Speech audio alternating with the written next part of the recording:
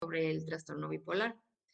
Pues el equipo está conformado por Chávez González Luis Donaldo, Coutinho González Ayán, Domínguez Arroyo José Martín, Díaz Esquivias Carla Esther y su servidora Antonio Morales Ailín Aranza.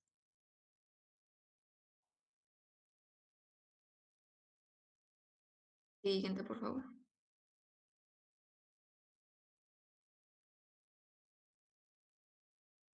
¿Ya o todavía no? Ay, Dios. Ya no se ve. No, ya no se ve esa llanta. Ya no se ve esa ya. Bueno, entonces mejor les mando las diapositivas porque tengo problemas, ¿sale? Para no demorarnos tanto.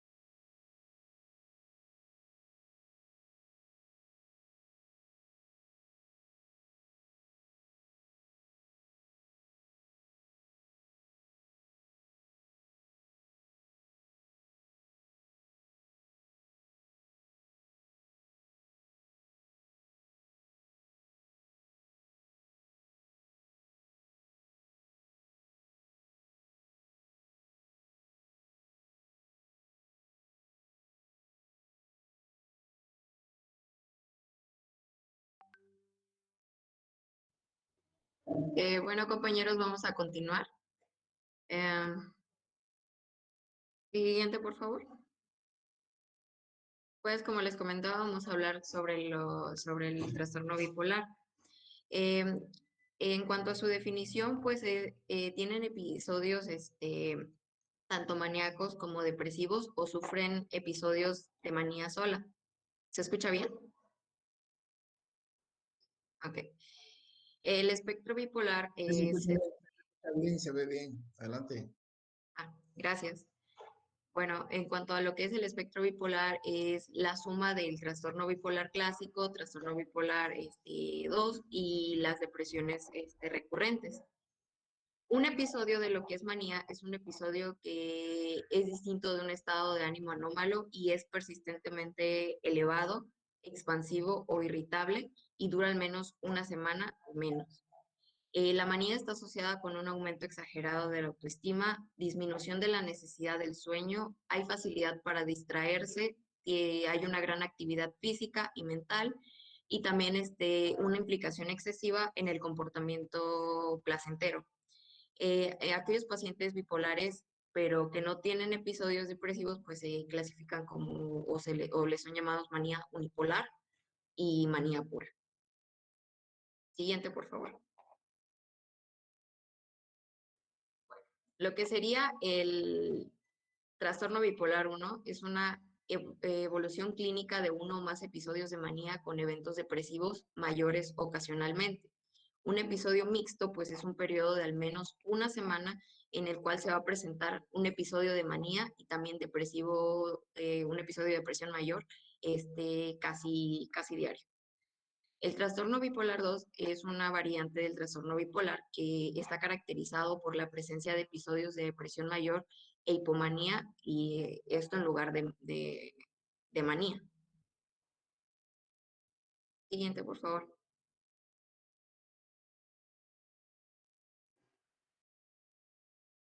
Bueno, en cuanto a su incidencia y su prevalencia, la incidencia anual de la bipolaridad se considera por lo general inferior al 1%, aunque es difícil calcularlo.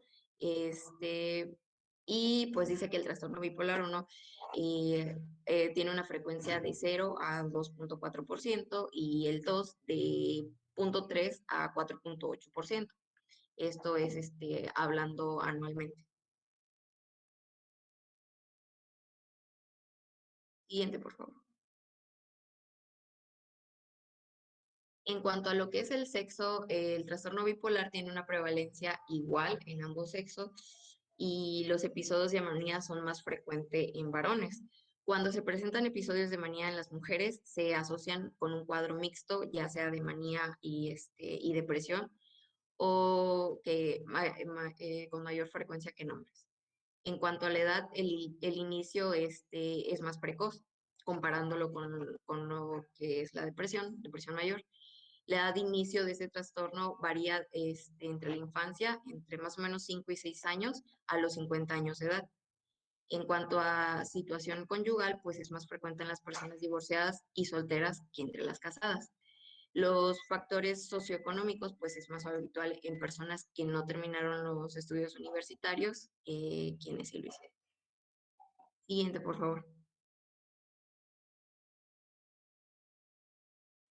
En cuanto a la comorbilidad, pues tendrá uno o más trastornos asociados. Entre ellos se encuentra el abuso o la dependencia de alcohol o de alguna otra sustancia, trastorno de angustia, trastorno obsesivo compulsivo y trastorno de ansiedad social. Tanto en aquellos trastornos unipolares como en bipolares, los hombres acuden con mayor frecuencia con trastornos de abuso de sustancia, mientras que las mujeres acuden presentando ansiedad y trastornos de la conducta alimentaria. Los trastornos asociados de abuso de sustancias y ansiedad empeoran el pronóstico de la enfermedad e incrementan gravemente el riesgo de suicidio entre aquellos pacientes con trastorno bipolar. Siguiente, por favor.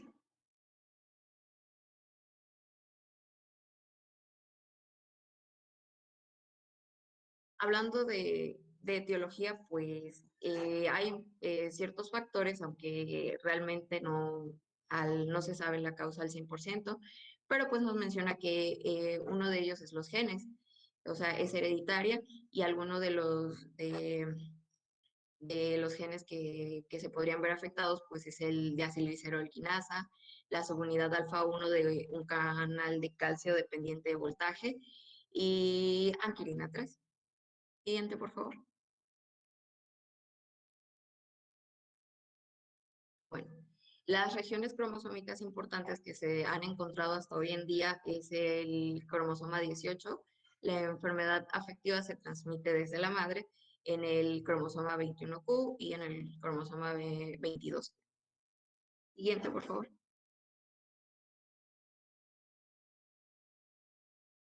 En cuanto a la estructura y la función del cerebro, pues dice que hay una expresión anormal de genes proinflamatorios en monocitos circulantes y hay un aumento en los niveles de citocinas proinflamatorias como la interleucina 1, la interleucina 6 y el factor de necrosis tumoral. Hay un agrandamiento del tercer ventrículo y de los ventrículos laterales. Hay una hiperintensidad subcortical en la sustancia blanca y una prominencia de los surcos corticales. Se reduce el volumen frontal del cerebelo y del hipocampo y hay cambios en la amígdala. Siguiente, por favor.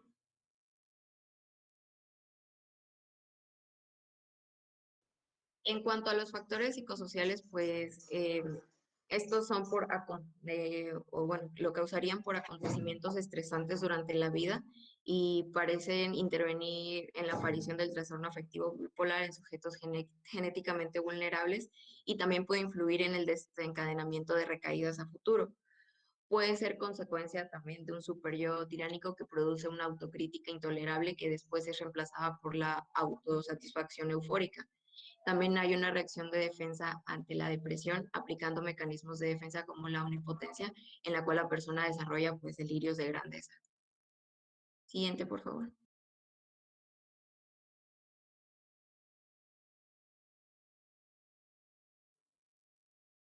Bueno, eso sería todo por mi parte. Gracias. Buenos días. Bueno, voy a continuar con la clasificación del trastorno bipolar. ¿Sí me escucha? Sí, adelante. Ok, Sí. perfecto. Bueno, en la clasificación del trastorno bipolar encontramos 4 tipos, que el primer tipo va a ser va a ser la más conocida, pero no es la más frecuente. Este se va a combinar con un episodio depresivo que va a estar combinado con episodios maníacos completos. El trastorno bipolar tipo 2 va a ser la forma más frecuente, que van a predominar los episodios depresivos y se van a combinar con episodios hipomaníacos. El tipo 3 va a ser la forma, este trastorno bipolar va a tener episodios maníacos o hipomaníacos y se van a iniciar por la administración de fármacos antidepresivos. Esto se le conoce como un trastorno mixto. Y por último tenemos el trastorno bipolar tipo 4, que se va a dar, este no está avalado por el DSM-5, pero se conoce que van a iniciar con episodios em, depresivos, maníacos o hipomaníacos, pero estos se van a dar de una manera tardía. Siguiente, por favor. Bueno, el trastorno bipolar tipo 1, este va a iniciar con episodios de depresión y es el más recurrente. Entre el 10 y el 20% se van a presentar exclusivos episodios de manía. Bueno, estos episodios de manía van a ser de inicio rápido, que pueden durar entre horas a días, pero esto se puede cronificar a semanas. Un episodio de manía no tratado va a durar entre 3 meses y el tratamiento no va a durar, el tratamiento no deberá suspenderse hasta ese plazo. Bueno, un episodio maníaco único se dice que va a tener el 90% de recidiva y después de 5 episodios o más, el intervalo interepisódico se va a estabilizar entre 6 y 9 meses. Bueno, la bibliografía también mencionaba que del 5 al 15% estos trastornos bipolares se van a dar entre 4 o más episodios al año y estos se van a clasificar como cicladores rápidos. Por eso se dice que el trastorno bipolar es muy recurrente y va a tender a caer a las recidivas.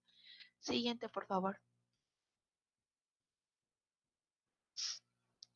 Bueno, entre los niños y las personas mayores, este puede afectar tanto a las personas jóvenes como a las personas muy mayores.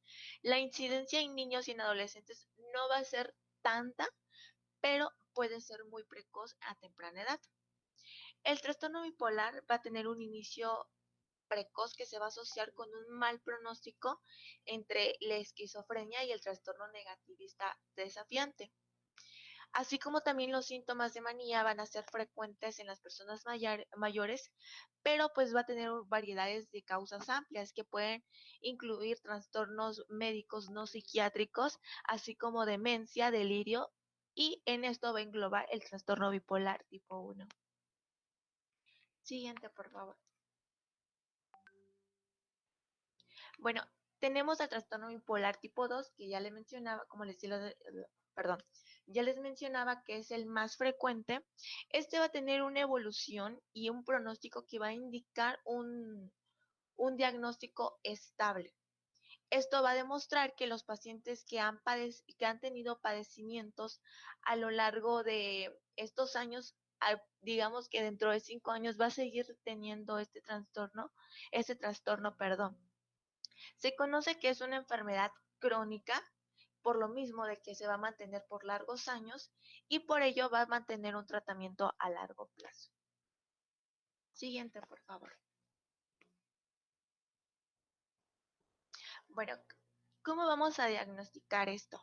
Bueno, las alteraciones del estado de ánimo van a ser suficientemente graves, incluso mucho más graves, y los trastornos bipolares van a ser mucho más graves que un trastorno de depresión, y pues esto puede causar un deterioro en el funcionamiento social y tanto laboral.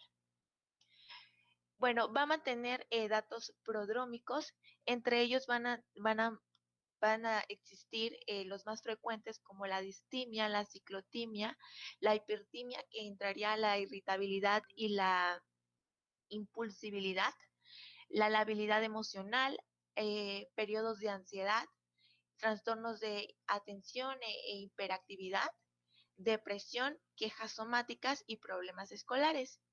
Pero también vamos a tener síntomas asociados a un inicio temprano que ya como les mencionaba, que van a tender a tener un inicio precoz, que entre ellos entraría, los más frecuentes son de conducta disruptiva, la conducta descontrolada, van a mantener un exceso de energía, así como también les va a dificultar mantener conciliar el sueño. Van a mantener sensaciones de aumento en la capacidad cognitiva, así como síntomas de euforia y aumento en el interés sexual. Siguiente, por favor.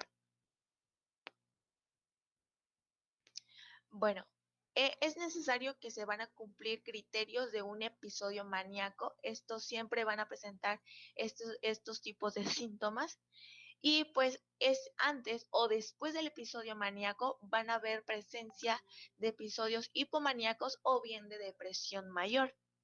Durante este periodo de alteración del estado de ánimo y aumento de la energía o actividad van a existir 3 o más de los siguientes síntomas. Se pueden presentar signos y síntomas de hipomanía o bien de manía, como son los incrementos de energía, hiperactividad, una autoestima exaltada, irritabilidad extrema, pensamientos en cascada, así como fugas de ideas y lenguaje rápido. Van a haber problemas de distraibilidad, que aquí entraría con la hiperactividad más que nada en niños, un juicio pobre, creencias no realistas, incluso gastos y compras excesivas innecesarias, un abuso de consumo de drogas, alcohol o medicamentos para dormir, así como también un optimismo excesivo. Siguiente, por favor. Bueno, en los estados mixtos que van a presentar una combinación de síntomas de depresión mayor o bien de manía al mismo tiempo. Y esta condición clínica va a tender a tener un riesgo mayor a un suicidio. Bueno, como ya conocemos, tenemos a los principales signos y síntomas de la depresión, que les voy a mencionar algunos, que sería un humor depresivo, sentimientos de desesperanza o pesimismo, sentimiento de culpa, disminución de energía, hipoactividad y lentitud psicomotora, una hiporexia o una hiperexia, así como ideas de muerte o de suicidio. Pero también vamos a tener síntomas psicóticos que no siempre se van a dar, pero pueden estar presentes y es muy importante tenerlos en cuenta, que entre ellos están las alucinaciones visuales o bien auditivas, ideas delirantes, desorganización de la conducta y del pensamiento, y por último, la pérdida del juicio de la realidad. Siguiente, por favor. Bueno, se dice que el 70% de los pacientes con un trastorno bipolar van a ser mal diagnosticados y van a tardar en promedio de 8 años de recibir un diagnóstico correcto. Y pues por ello, al no tener un diagnóstico correcto, pues no va a ser bien tratado y no va a recibir la atención que debería recibir. Es importante mantener una valoración intencionada en la presencia de trastorno afectivo específico, como con síntomas de manía, síntomas de depresión mayor o bien de hipomanía. Bueno, en los pacientes que van a presentar síntomas de manía, en especial aquellos que tienen un abuso de drogas, alcohol e inestabilidad valorar, se debe de hacer una historia más minuciosa de los síntomas depresivos y viceversa. Con esto, con el objetivo de evitar y tener el riesgo de un suicidio, porque pues ellos tienden a tener mayor riesgo en este tipo de situaciones. Siguiente, por favor.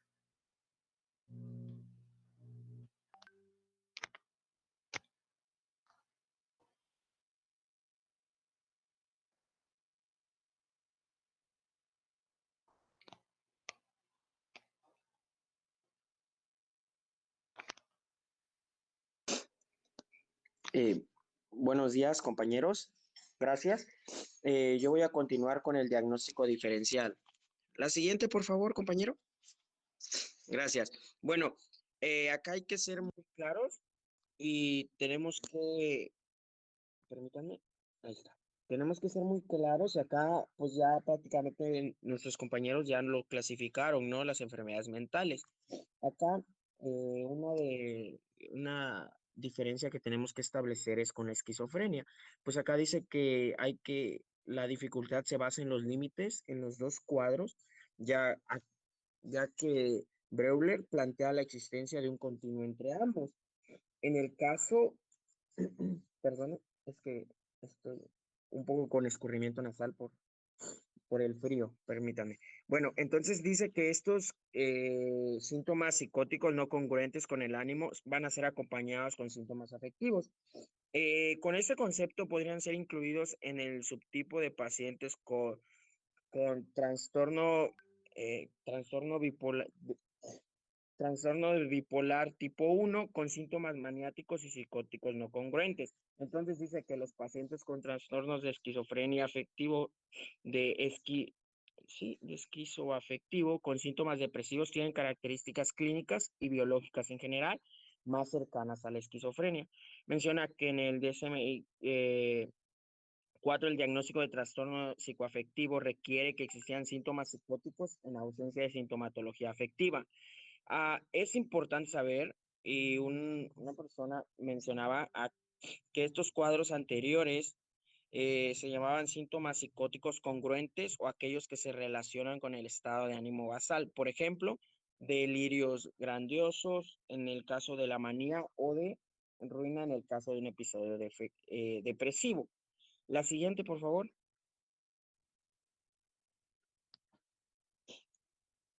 Bueno, en el caso del diagnóstico que podemos, para diferenciar entre una depresión y una bipolaridad, menciona que la pregunta en este punto se tiene que basar en que la depresión debe ser considerada bipolar y cuál no. La evidencia dice que parece surgir que en el trastorno depresivo mayor es un concepto heterogéneo que va a incluir aquellos casos llamados trastorno bipolar subumbral, que tal como se ha visto comparte características con el trastorno bipolar formal. La prevalencia en general de esto es de alrededor del 16% y la comorbilidad suele ser alta con cuadros ansiosos y con abuso de sustancias, perdón. Dado que el trastorno bipolar tiene una prevalencia menor, la existencia de categorías más inclusivas como la hipomanía, que también requiere de la presencia de un episodio depresivo, podría aumentar estas cifras de prevalencia y permitir una mirada más amplia e inclusiva. Eh, es importante saber acá un punto para un diagnóstico diferencial, perdón, que la irritabilidad se ha usado también como marcador en depresión bipolar, pero que esta tiene alta prevalencia de síntoma en depresión hace sugerir que no se le use como un indicador diagnóstico exclusivo de bipolaridad, sino como un elemento de sospecha. En eso tenemos que tener mucho cuidado, ¿no? Y que los síntomas psicóticos son también más frecuentes en el grupo de depresión bipolar que en los monopolares, así como también en la evaluación de grandes series de ensayos controladores en los pacientes con depresión bipolar son más grandes, con más ansiedad psíquica que síntomas somáticos que su par monopolar. La siguiente, por favor. Bueno, en el caso del trastorno de ansiedad y la bipolaridad, dice que este diagnóstico diferencial es difícil por la alta comorbilidad entre ambos grupos de trastornos, de un 85 a 90%, y que los cuadros más ansiosos de prevalencia figuran la fobia social, el trastorno de ansiedad generalizada, trastorno de pánico y estrés postraumática. En el caso de acá podemos manejar la inquietud psicomotora y la sensación de pensamiento acelerado, que es frecuentemente referida por este tipo de pacientes, ¿no? Y que en el caso del trastorno de personalidad y la bipolaridad, ¿cómo podría diferenciarse? Menciona que en este caso se hace mucho énfasis en el diagnóstico del trastorno límite de personalidad y pensar en él como una entidad diagnóstica independiente más propia del eje y en particular del espectro bipolar. La siguiente, por favor.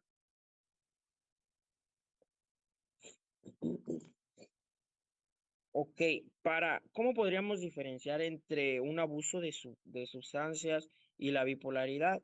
Menciona que esta tiene comorbilidad alta de entre el 40 al 60% y es importante abordar ambas patologías.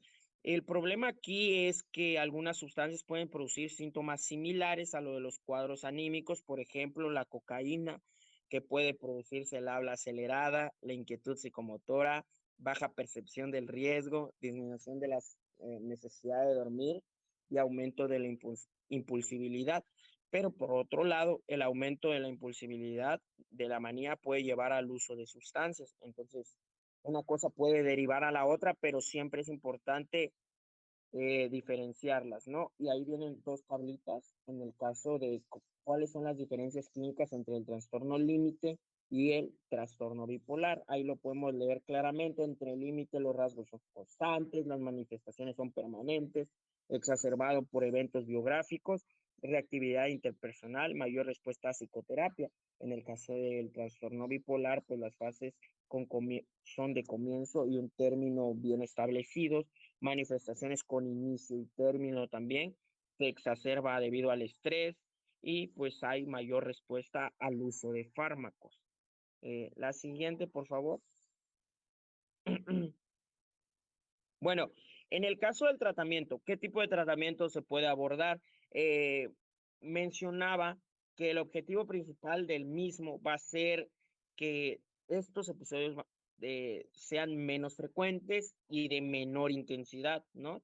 Y también nos vamos a basar en que estos ayuden a que, en este caso, el paciente se desempeñe de manera adecuada y pues vaya o regrese a disfrutar la vida en casa y en el trabajo, ¿no? Que todo pueda ser de lo mejor posible antes de sufrir esta enfermedad y prevenir la autoagresión y en el caso más extremo el suicidio, porque sí se llega a presentar en muchísimos casos, ¿no?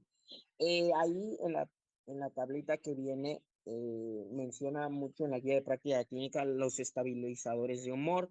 Aquí les coloqué el de primera elección, que era la carbamazepina, que la dosis recomendada venía dando de entre 400 a 1600 miligramos al día.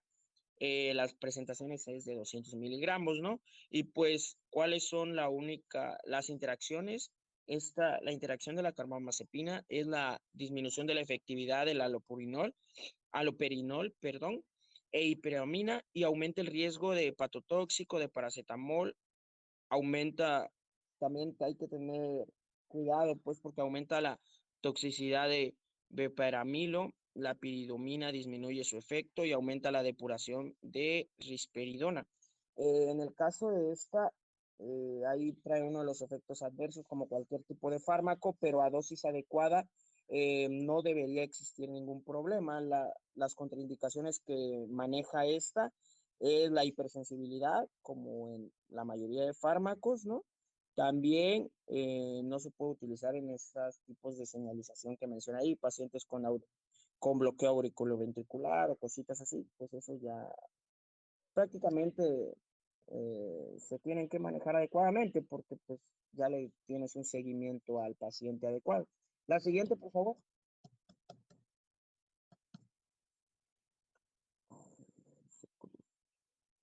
Bueno, en este caso, aquí es que se cruzó, no iba así la tablita, pero miren, les pido una disculpa. Aquí nada más mencionaba el carbonato de litio, era otro tipo de fármaco que podíamos utilizar. Ahí vienen las dosis, en el caso de 300 a 600 miligramos 3 veces al día. También otras muy utilizadas era la motrigina, la oscarbamazepina, el valproato de magnesio. Eran otro de los fármacos muy utilizados. La siguiente, por favor. Y pues aquí viene una tablita, como en todas, una esquemita, perdón. Pues miren, el trastorno de bipolar en el episodio depresivo, ¿cómo lo vamos a abordar? Primero, para llegar a un tratamiento tenemos que abordarlo adecuadamente. Entonces, nuestros compañeros ya lo explicaron adecuadamente. Aquí sería nada más un repaso para ya muy rápido, sería como evaluar este riesgo de suicidio, tener en cuenta las preferencias de este paciente, la familia y el entorno al tratamiento, ¿no? Que se le va a seguir, tener en cuenta la gravedad, riesgos, las opciones de tratamiento que podemos manejar y eliminar aquellos factores estresantes que estén haciendo más repetitivo este tipo de episodios. Y aquí se divide, ¿no? La intensa, moderada, leve o inestabilidad, perdón, del estado de ánimo. Y aquí menciona específicamente cuáles tipos de fármacos podemos abordar. Los ISRS o un antidepresivo. Considerar también que si hay síntomas psicóticos, en el caso de la intensa, el uso de antipsicóticos es también muy recomendado. En el caso de la moderada, igual, el mismo tipo de fármacos. Y en el caso del leve, ya nos especifica de manera... Permítanme un momento.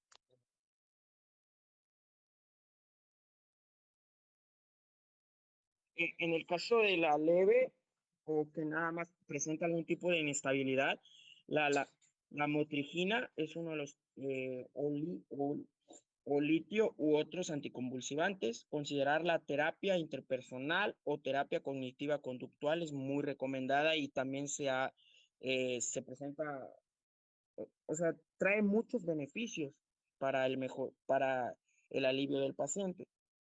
También, si nos vamos al siguiente, en el caso del episodio agudo resuelto, para cuando el paciente ya se encuentra de mejor manera tratado, ya hicimos un buen abordaje clínico y dimos con un buen tratamiento, pues tenemos que educar al paciente sobre la importancia de la adherencia terapéutica, como en toda enfermedad, ¿no?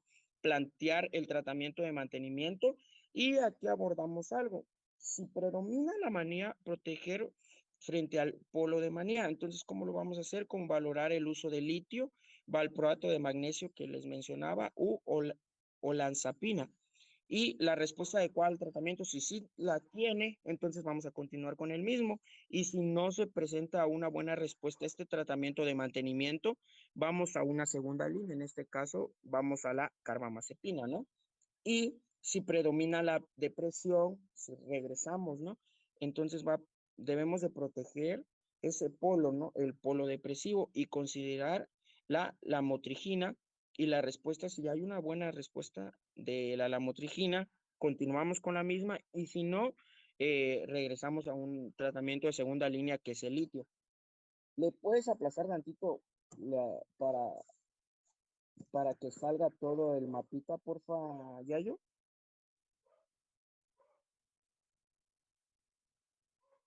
¿Cómo todo? No te entiendo. O dale seguir. Ahí está. Ya. Así. Gracias. Bueno, en el caso de que de los dos polos ya tenemos que saber que si hay una respuesta adecuada, vamos a continuar con los mismos, pero si hay un fracaso al tratamiento, entonces ya nos vamos al tratamiento combinado. Y este tratamiento combinado se basa principalmente en los métodos de prevención de la recidiva, un tratamiento cognitivo-conductual, el seguimiento en el primer nivel de atención y una supervisión ambulatoria semestral con el psiquiatra en este caso, para ver que todo se encuentre de mejor manera para nuestro paciente. Y pues creo que sería todo. Gracias, compañeros.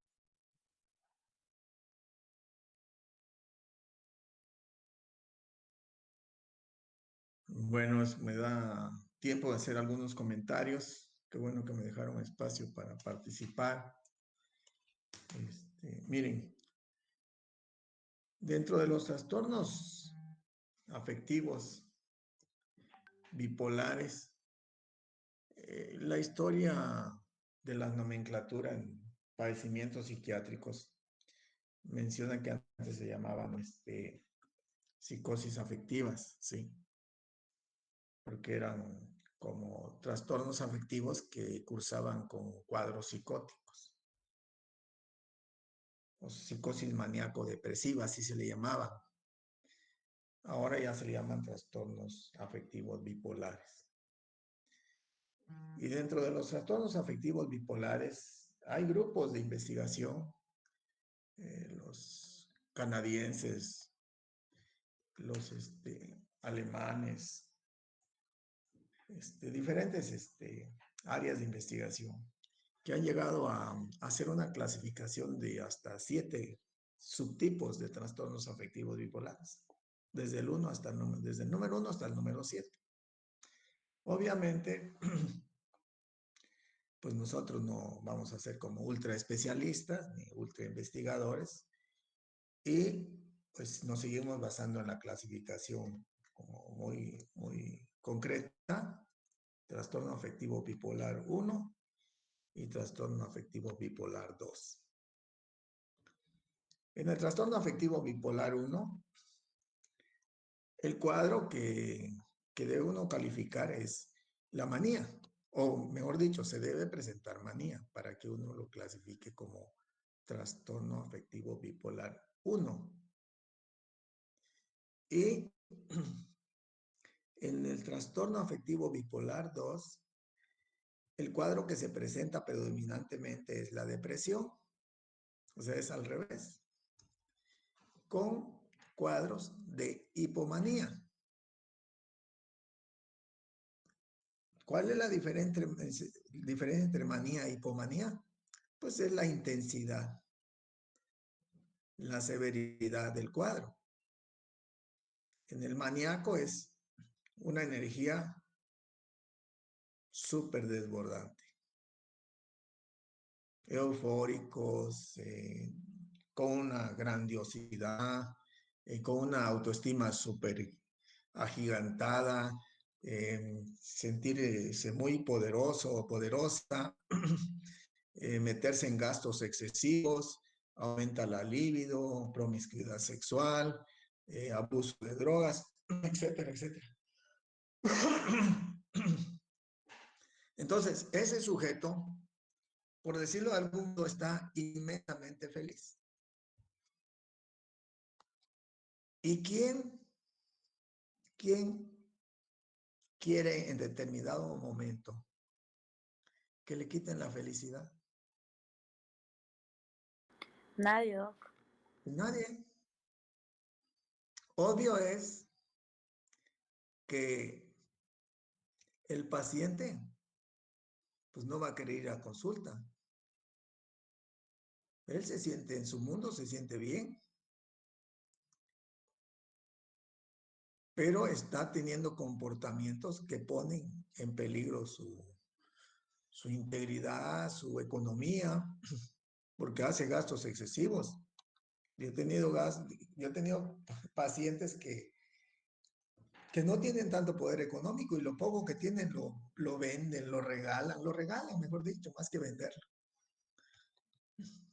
O hacen compras excesivas que no tienen ningún sentido. Por ejemplo, compran, si quieren pintar su casa y con 4 litros de pintura le alcanza para pintar su casa, compran 100 litros. ¿Sí? Si quieren leer un libro, pues con un libro que compren o una novela para que lo lean es suficiente. No, compran 100 novelas, 200, 300, 500. O sea, ponen en peligro su estabilidad. Dejan de dormir, hablan rápido. O sea, están en la energía en lo más alto, ¿sí? Tuve un caso de un arquitecto que hizo en una noche 40 planos, pero pues los planos no tenían ni pies ni cabeza. Si hubieran sido bien ordenados, bien ejecutados, sería una maravilla, ¿no? Y así sucesivamente. Ese es el cuadro de tipo bipolar 1 maníaco. Y en el hipomaníaco, en el tipo bipolar 2, predominan más los cuadros depresivos. El paciente más se va quejando de cuadros depresivos, con salpicadas, por decirlo de algún modo, de cuadros de discreta euforia, hipomanía, sin llegar a ser tan aparatoso, tan grotesco el cuadro de exaltación. Entonces ya tenemos los dos cuadros, el bipolar 1 y el bipolar 2. ¿Sí? Generalmente, la edad de aparición, pues aunque mencionaron por ahí que es desde niños, pues generalmente ya es más en adultos jóvenes.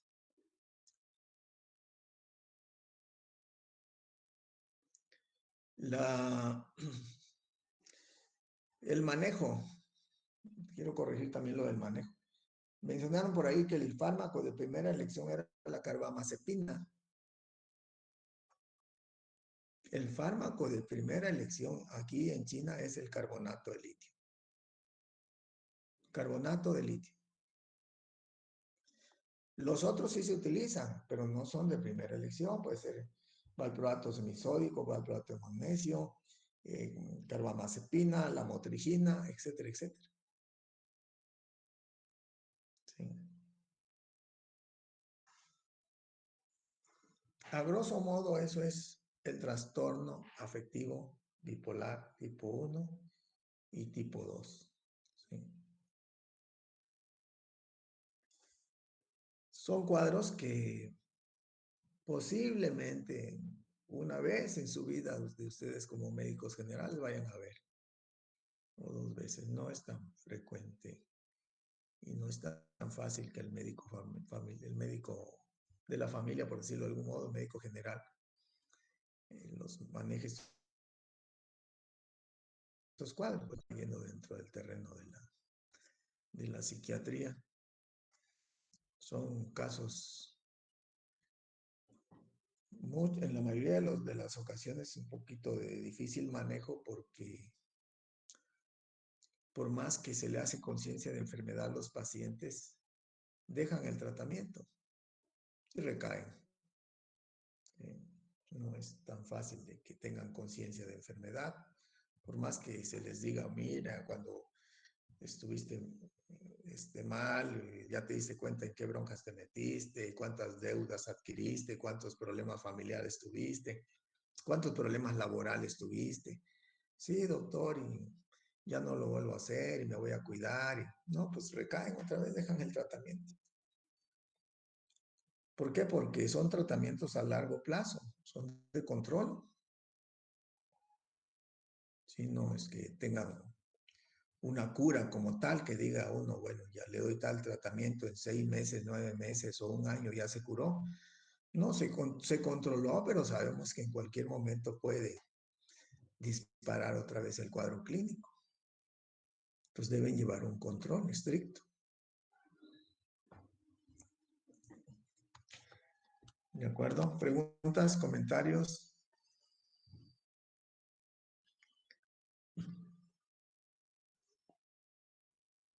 No, doctor, queda claro.